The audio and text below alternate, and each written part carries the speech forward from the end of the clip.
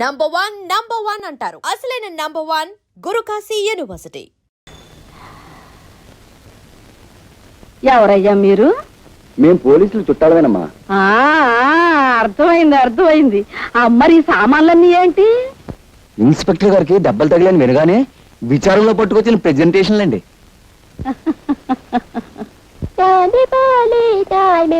Bracket company బాబు రానండి, ఓ bucket చమ్మేసుకోండి బాబు. ఏమయ్యా, ఒక్క steel గుండి ఇస్తే నీ సొమ్ము ఏం పోయిందయ్యా? తమకు మళ్ళీ దెబ్బలు తగలపోవండి, తమ సరదా అప్పుడు తీర్చుకుంటామండి బాబు. సర్లే వెళ్ళి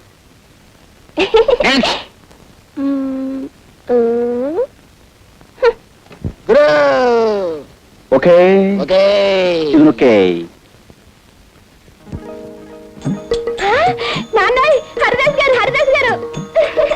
చిరంజీవ నమస్కారం హరిదాస్ బాబు. కృష్ణ చిరంజీవి. కూర్చోండి. ఈ చిరంజీవేనా మీ నాన్నగారు? చిత్రం నేనేనండి. లారీ కింద పడ్డ ఇత్తడి తెప్పాడు అలా ఇంత ఇదిగా చితికిపోయావేం చిరంజీవి? దొంగల్ని పట్టుకోడానికి వెళ్తే గేదె కుమ్మిందండి. మీరు ఇబుదిచ్చి మా నాన్నని రక్షించాలా? ఆయన సంగతి చూడడానికి తల్లి నేను ఇక్కడికి వచ్చింది. జై జగజ్జంత్రి. కబోదులకు సైతం కళ్ళు తెరిపించే విభూతి ఇదే నాయన.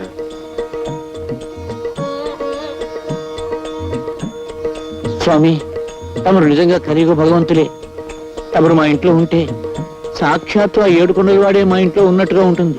తమరు ఇక్కడే ఉండి తమ విభూతితో ఈ సబ్ ఇన్స్పెక్టర్ ని సర్కిల్ ఇన్స్పెక్టర్ చేయించాలి. ఏది నోరు తెరు. స్పెషల్ బ్రాంచ్ నుండి మిమ్మల్ని అందరినీ ఎందుకు పిలిపించానో తెలుసా? జాకాల్స్ క్లబ్ మీద అనేక రిపోర్ట్స్ వస్తున్నాయి. ఈ రోజు రాత్రి 10 గంటలకి ఆ క్లబ్ మీద దాడి చేయాలి. మిస్టర్, మీరు మాత్రం ఆగి మా స్టెనో ఇచ్చే ఫైల్ చదివిరండి.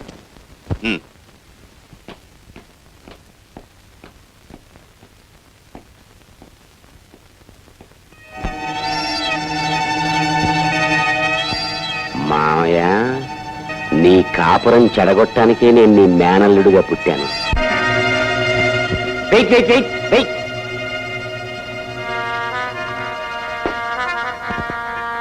ఓహో, కుస్తా బహార్ బ్రహ్మాండంగా ఉంది. అస్సలు సోడా కలపకుండా తాగండి. ఓహో, కుస్తా బహార్. ఎన్నాళ్ళకి నన్ను ఇలా పెంపుడు కుక్కను పిలిచినట్టు చిటికేస్తూ పిలిచావు. ఎన్నిసార్లు చెప్పాను పగటిపూట క్లబ్కు రావద్దని? అవును, పగటిపూట రావద్దన్నావు, పెళ్ళామా అని పిలవద్దన్నావు. రాత్రిళ్ళు దొంకోళ్లు పట్టేవాళ్ళ వచ్చి కస్టమర్స్ వదిలేసిన ఫుడ్ని ఎంతైనా తినమన్నావు. ఆ సంగతి గుర్తుంటే ఇప్పుడు ఎందుకు వచ్చావు? మా ఎస్పీ మామయ్య దగ్గర ముఖ్యమైన విషయాలు కూపిలాగి నీతో చెప్పమన్నావుగా. ఆ విషయం ఫోన్లో ఏడవచ్చుగా. ఏడవచ్చు. అసలు నా బతుకే ఏడుపైపోయింది. చక్కగా మా మామయ్య కూతురుని చేసుకోవలసినండి. పోనీ నిన్నైనా కట్టుకున్నాను కదా అనుకుంటే నువ్వు ఈ క్లబ్ ప్రొపరేటర్ గారి మీద మోజుతో నన్ను ఎదవ కింద జమకట్టేశావు. ఇటు నీకు చెడ్డైపోయి అటు మా మావయ్యకి చెడ్డైపోయి ఎదవా అని బోర్దోడు తైలించుకుని ఊరంతా తిరుగుతున్నాను. నాతో వచ్చేసే జ్యోతి, మనం వెళ్ళిపోదాం. వచ్చేసేయి జ్యోతి.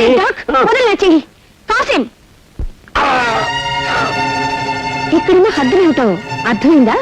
అర్థమైంది. ఇప్పుడు చెప్పు, నేనెవర్ని? ఈ క్లబ్కి మహారాణివి. నువ్వెవరివి? మహారాణి గారి పెంపుడు కుక్కని. మళ్ళీ ఎప్పుడైనా పగటిపూట వస్తావా? రాను, అర్ధరాత్రి దాటాకే వస్తాను. గుడ్.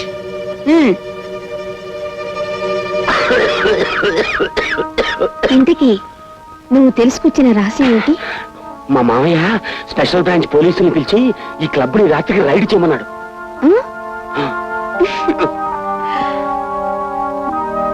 ఏంటో అతివృష్టి అనావృష్టి.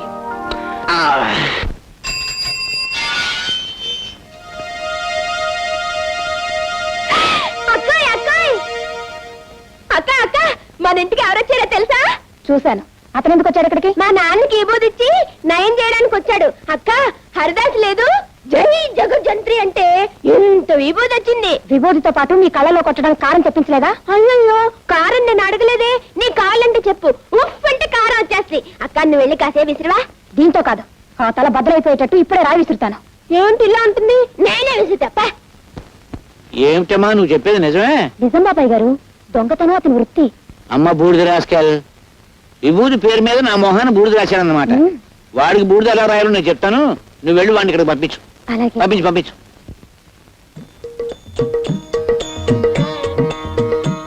చిరంజీవి, నన్ను పిలిచావా నాయనా?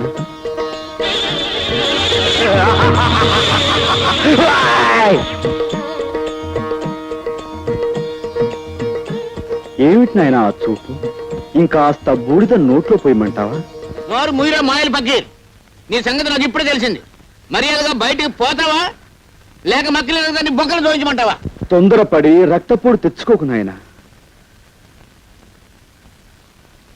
ఎవరి మాయ మాటలో విని నీ మనశ్శాంతిని కోల్పోయినట్టున్నావు. నా మహిమ చూపిస్తాను చూడు నాయనా. జై జగజ్జంత్రి. ఇదేమిటి?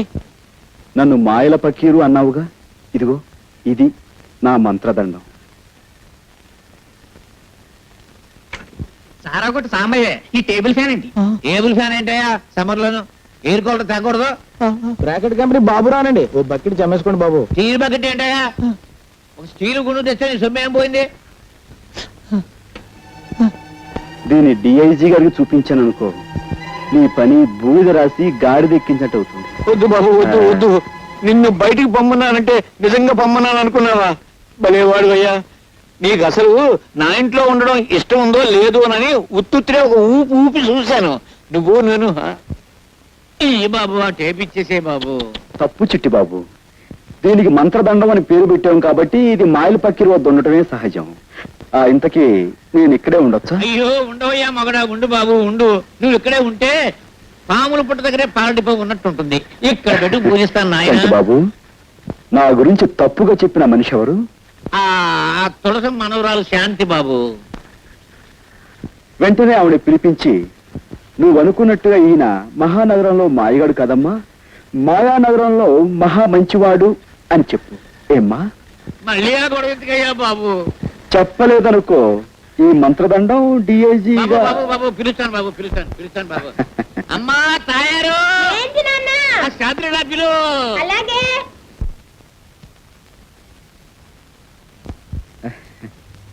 పిచ్చి మొహమా. చూడమ్మా, రాముడు ఎంతో మంచివాడు అనుకునే వాళ్ళు ఉన్నారు. అలాగే పెళ్ళాన్ని అనుమానించాడని, వాళ్ళని చెడుచాడు నుండి చంపాడని చెడు చెప్పుకునే వాళ్ళు కూడా ఉన్నారు. కానీ నిజానికి రాముడు ఎంత గొప్పవాడంటే, అదిగో అమ్మో అమ్మ, ఇదిగో ఈ కుర్రాడు అంత గొప్పవాడు.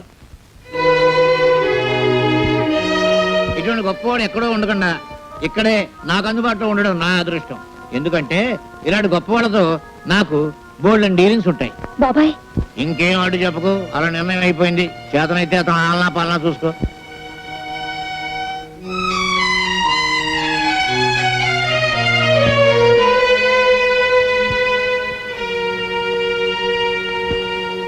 బామ్మా ఇలారా. అక్కడేం చేస్తున్నావు? సపరీలు ఉపచర్యలు పరిచర్యలు. సపరీలు చేయడానికి ఆయన అన్న దేవుడా? మళ్ళీ ఎప్పుడైనా హరికథ పురాణాలు అన్నా అంటే ఊరుకోను. ఆ హరిదాస్ మీద భక్తి చూపించావంటే మర్యాద దక్కదు. జాగ్రత్త, పదా. అటెక్కడికి? ఇటు. ఆ చేతిలో దేవుడు తోకలాగా పడే రా. అయ్యో, బామ్మలు ఎందుకు అలా లాక్కెళ్తుంది అక్క? శుక్లాం వరదరం విష్ణుం శశివర్ణం చతుర్భుజం ప్రసన్నవదనం ఛాయేత్ సర్వ విఘ్నోపశాంతయే. దీని పెట్టుకో.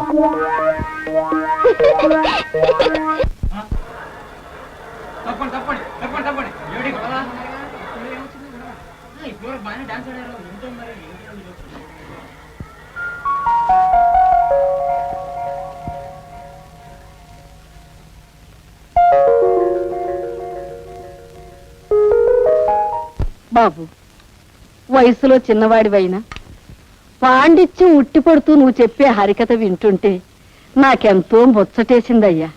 అదంతా మీ అభిమానం బామ్మగారు. మరేమో నా మనవరాలు నువ్వు దగాకోరివి మోసగాడివి అంటుందయ్యా. నిన్ను చూశాక నాకు నమ్మబుద్ధి కావటం లేదు. లేదు బామ్మగారు, మీ మనవరాలు చెప్పిందే నిజం. ఆ? అసలు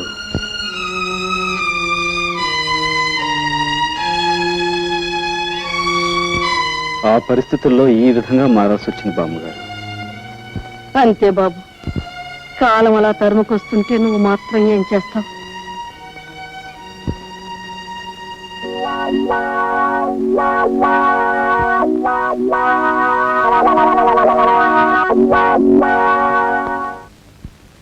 భయమే నీ శత్రువు ఓ మనిషి, భయమే నీ మృత్యువు.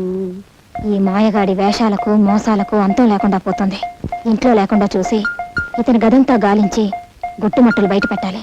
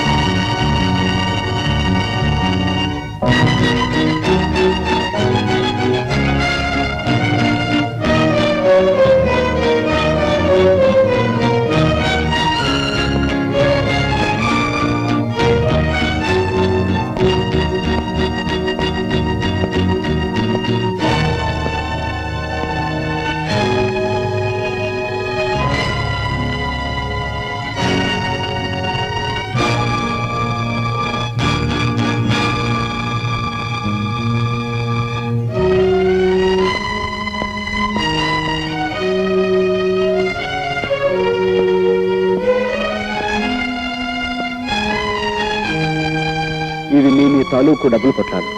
వీటి మీద మీ పేర్లు కూడా రాస్తున్నాయి. ఇది వరకు మిమ్మల్ని ఒకసారి క్షమించమని అడిగాను, ఇప్పుడు మళ్ళీ అడుగుతున్నాను. మీ డబ్బు కాజేసినందుకు నన్ను క్షమించండి. తీసుకోండి.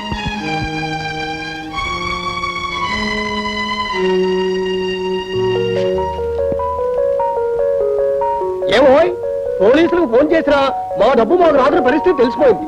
కానీ మమ్మల్ని చూడగానే ఎవరి డబ్బు వాళ్ళ చేతిలో పెట్టమని నువ్వు నాకు ఇచ్చావంటే చాలా గొప్పవాడు పోయి, చాలా గొప్పవాడివి, అతి మంచివాడు పోయి నువ్వు. థ్యాంక్స్ అండి. Thank you sir. ఆగు, నువ్వు అనుకున్నట్టు అతను పచ్చి దొంగే అయితే ఎవరి దగ్గర ఎంతెంత కాజేశాడో లిస్టు రాసి తన గదిలో ఉంచుకునేవాడా?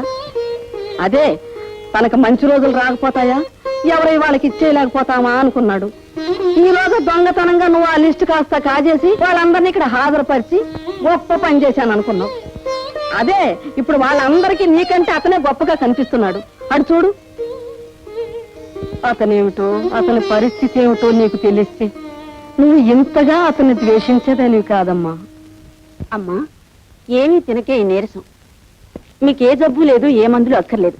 నా మాట విని కాస్త ఎంగిలి పడమ్మా. మంగి, జబ్బు మనిషికి అన్నం పెడుతున్నావా? అది చావాలనే బతకాలనే? పోతకి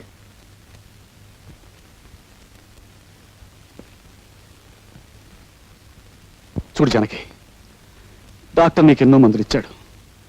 అయినా నీ నీరసం లాగానే ఉంది. నా ఆతృత అక్క ఇవాళ పెద్ద డాక్టర్ని కలిశాను. ఇదిగో ఆయన ఈ మంది ఇచ్చాడు, డ్రాప్స్. ఇవి కాఫీలో వేసుకుని తాగితే రేపు ఈ పార్టీ లేచి నడుస్తా ఉన్నాడు. అన్నట్టు నీకు కాఫీ అంటే ఇష్టం కదా, ఉండు కలుపుకొస్తాను. అందరూ వేసి తాగుదు కానీ.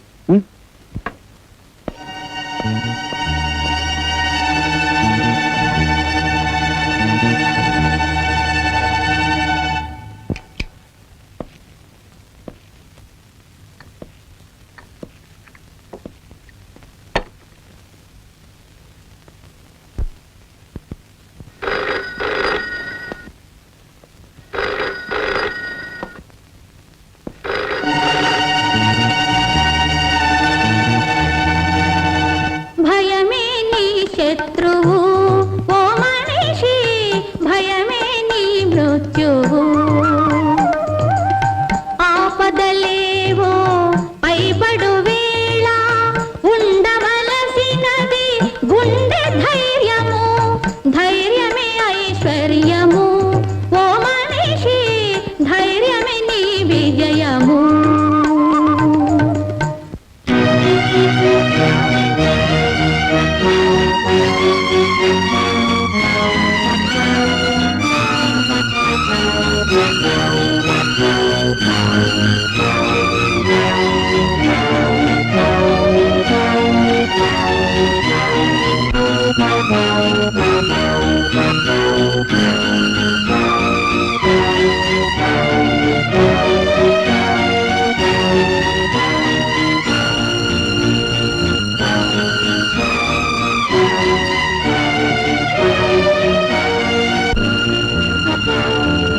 ఓకే, ఇప్పుడే వచ్చేస్తున్నాను.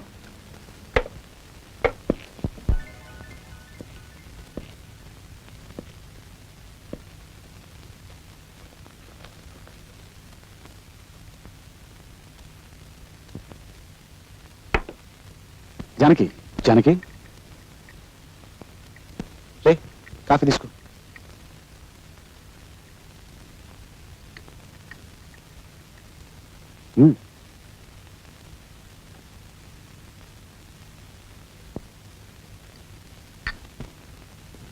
పడుకో, కాసేపట్లో బాగా నిద్రపడుతుంది.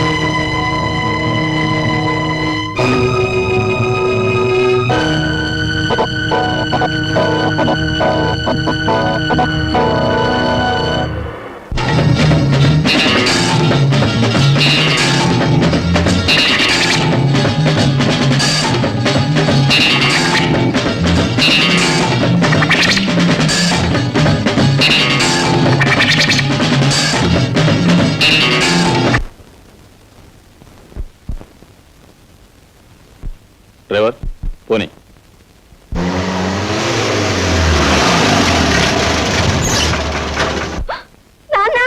అమ్మా, ఏం జరిగిందమ్మా?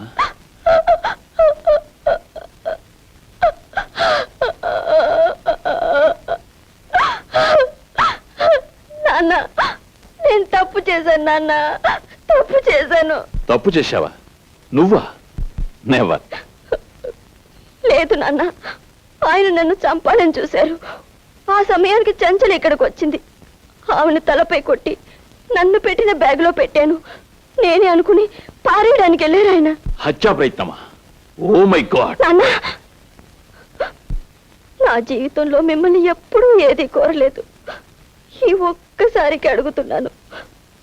ఆ క్లబ్ డాన్సర్ చంచల వల్లనే ఆయన నాకు దక్కకుండా పోతున్నారు. ఆ పిశాచాన్ని చచ్చిపోనివ్వండి నాన్న, దాన్ని చచ్చిపోనివ్వండి.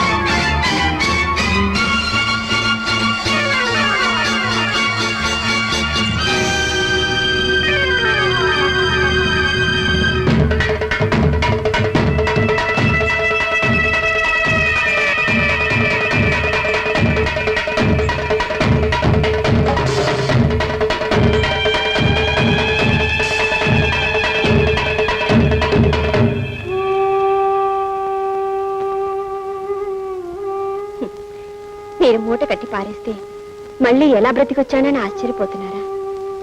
మీరు నన్ను మూట్లో పెడితే నేను మీ ప్రియురాల్ని మూట్లో పెట్టాను. మీ ప్రియురాలు పారవేదగ్గ మనిషి కాబట్టి పారేసొచ్చారు. అంతే తప్ప మీరే తప్పు చేయలేదు. చేశానని మీరు బాధపడ్డారనుకోండి, అప్పుడు ఆవిడ చచ్చిపోయినట్టు అవుతుంది, మీరే ఆవిడని చంపినట్టు అవుతుంది.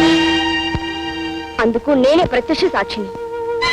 మనం హాయిగా బ్రతకడానికి ఆవిడని మర్చిపోతారో లేక హత్య చేసినందుకు పరితపించిపోతారో మీ నిర్ణయానికి వదిలేస్తున్నాను.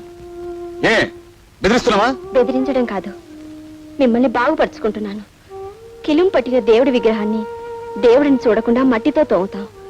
మిమ్మల్ని నా మనిషిగా మిగిల్చుకోవడానికి నేను అలాంటి పని చేస్తున్నాను. రండి భోంచేద్దాం. మీ ప్రియురాలి హత్యకు నేనే ప్రత్యక్ష సాక్షిని. మీ ప్రియురాలి హత్యకు నేనే ప్రత్యక్ష సాక్షిని. నా చెవులు కూడా మీకే పట్టినట్టున్నాయి. మీరు ఇంట్లో భోంచేసి చాలా రోజులైంది, నేను భోంచేసి కూడా చాలా రోజులైంది. కలిసి భోంచేద్దాం రండి. అయితే పద.